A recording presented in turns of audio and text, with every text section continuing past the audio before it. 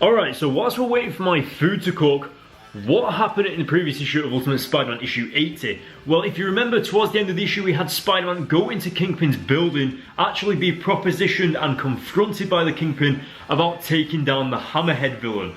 Now what you've got to remember is that the enemy of your enemy is your friend in this instance, and that is actually what Kingpin is sort of putting forward. Even though it's obviously going to help Kingpin in the long run, it's going to get Hammerhead off the streets and stop him from hurting other people that Spider-Man might be concerned about. We also had the character of Elektra step into the comic a few times, mainly to bring Spider-Man into Kingpin's building, but it was nice to see her as well. It was almost like just a little bit of a part. We will get a bigger part of her being in the comic within the next few issues, hopefully, if I remember correctly.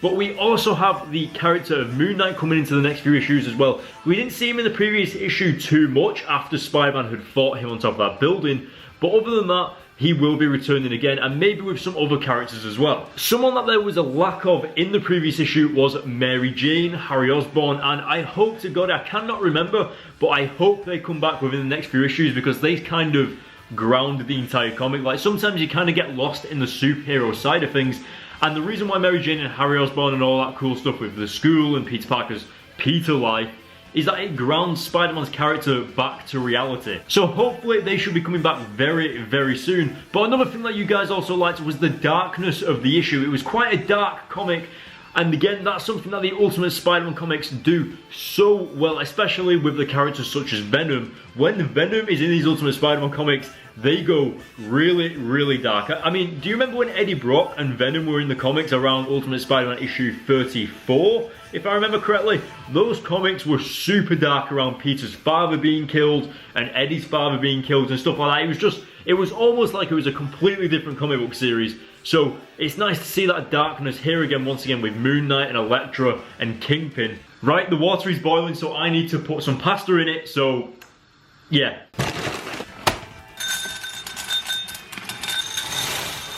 Alright guys, so whilst my pasta is cooking, whilst I'm stood here starving, we might as well get you guys listening to the review for Ultimate Spider-Man issue 81. So let's get into it, and I hope you enjoy it. Okay, so getting into the issue after what happened in the previous issue with Spider-Man being confronted by the Kingpin about taking down Hammerhead. Spider-Man just seems to be drifting through the day. He's kind of stuck in a trance, doesn't really know what to do, and he's just sort of in his own head. Now the police force, on the other hand, are actually trying to figure out whether this Moon Knight character exists. Is he a good guy? Is he a bad guy? Is he the one that's responsible for all of these explosions? Is he even real? And something that I found funny here is that one of these police officers has a little bit of a trigger finger and nearly kills Spider-Man, to which Spider-Man is freaking out about because he just had a bullet fly past his head. And once again, that's one of the lighter sides of the Ultimate Spider-Man comics and the Ultimate Spider-Man universe, where everything is so serious with Spider-Man being confronted with the Kingpin in this dilemma, and then the comic manages to brighten it up a little bit by having someone nearly shoot Spider-Man in the face. But anyway, moving on, I loved how Captain DeWolf referred to Wolverine in this comic, just kind of dropping in a little bit of a cameo there, and Spider-Man saying, "Oh, I've had one of those weird experiences." And of course, he's referring back to, if I remember, Ultimate Spider-Man issue 40-ish, or was it issue 60-ish? When Spider-Man and Wolverine switched brains. I've already reviewed that ages ago. You can go check it out by clicking the top right corner of the screen right now. It was such a fun issue, and surprisingly, it was actually one of the issues where Brian Michael Bendis couldn't actually think of a story for his next Ultimate Spider-Man comic, and so he made that comic for fun. Brian Michael Bendis just sounds like a really cool guy. But going back into the issue, what I loved was how Spider-Man reacted to DeWolf actually agreeing with Spider-Man going after Hammerhead and sort of kind of having a little bit of a partnership with Kingpin, because regardless, Spider-Man's going to have to take down Hammerhead eventually anyway, so he might as well just do it regardless. Now, something that me and hopefully you guys are quite surprised about as well is how the Ultimate Spider-Man comics introduced Iron Fist into this Ultimate Universe and into these Ultimate Spider-Man comics, because obviously in the beginning of the previous issue we saw Iron Fist only just getting out of jail or wherever he was getting out of, and all we got was his name and then of course the name Iron Fist, and that was it. So now that we're in this comic, we're actually getting a dedicated section of the comic to the Iron Fist character and his friend. And I think one of the best things about this is that now that we've seen the Iron Fist Netflix series, all of this stuff that we're seeing on screen with where they're sat, where they're eating food, etc., it all kind of feels familiar. Like, we understand their world, we understand their universe, we understand what kinds of characters Iron Fist surrounds himself with, and it's just really interesting to read it in an Ultimate Spider-Man comic, especially when you've got the villain Hammerhead going after these guys. It's just so awesome. Something that I do wish had happened though was for Iron Fist to actually use his Iron Fist. Granted, he has basically just gotten out of jail, so I can imagine that he's not too eager to use it just yet.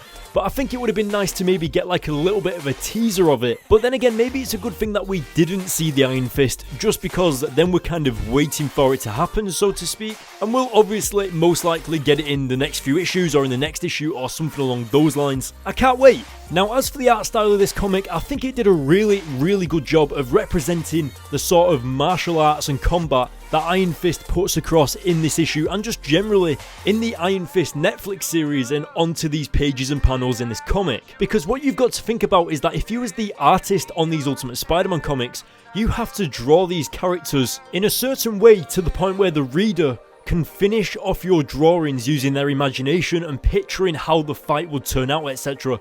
And this comic just does a brilliant job of it. And now, of course, coming up to the final page of this issue with Ultimate Spider-Man issue 81, we have the return of Black Cat. And honestly, this was a massive surprise to me. When I first read these Ultimate Spider-Man issues years ago, Black Cat is probably the last character you'd expect to turn up in this saga of comics. And of course, for her to turn up now, we've got the character of Elektra and Iron Fist and of course the Kingpin, etc. And of course, most girls, dare I say it, do have cat fights when it comes to superheroes, especially with Black Cat as well, like 2 girls. Jesus, right? Yeah, there's going to be some serious fights in the next few issues, I swear. But that is the end of the issue, guys. And so back to me eating pasta. Now that was a really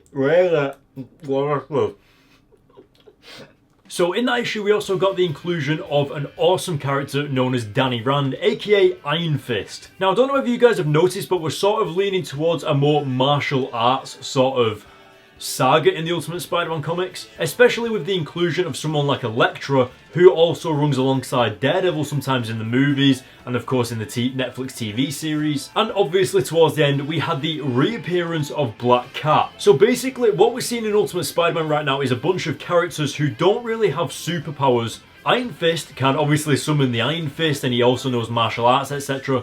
Then you've got Elektra, who is trained in martial arts, but she's technically in like the movies and in the TV series. She gets brought back to life and all this crazy stuff. And then of course you've got Black Cat, who in the 90s Spider-Man cartoon had the super soldier serum. Whereas I'm not too sure whether it's the same with the Ultimate Spider-Man comics, whether she got the super soldier serum in her, but either way, Black Cat is like, she's got kind of superpowers. So in the 616 universe, she has like good luck and bad luck powers, but yeah, I don't know. I thought something that was done really well in this comic anyway was the inclusion of Iron Fist. The way that they sort of introduced him kind of getting out of jail in the previous issue, and then in this issue he was just like full blown in the comic. It was a nice refresh to have someone who obviously we know now from the Netflix Iron Fist series, so we actually know who Iron Fist is. Whereas when I read these comics first like years ago, I had no idea who Iron Fist was. And I kind of just had to go off the Ultimate Spider-Man comics to kind of just get to know his character in this universe and in these comics. Whereas now you can kind of just relate to his character a hell of a lot more, because we know exactly who Danny Rand, aka Iron Fist, really is and where he comes from. It's awesome. Anyway, that is it for this comic book review, guys. I'm going to give this, well, I want to give it an 8 out of 10, but I always give 8 out of 10s. So, just because of the inclusion of Iron Fist and us knowing and relating to that character a bit more, and of course the Spider-Man interactions and everything with the Wolf, I'm going to give it a 9 out of 10, probably an 8.5, but I'm going to lean more to a 9. 9 out of 10, just because of those situations. It was awesome. And now guys, thank you very much for watching. If you like this video, hit the like button, hit the subscribe button for more. Let me know what you guys think in the comments below, and I'll see you in the next video. See you later.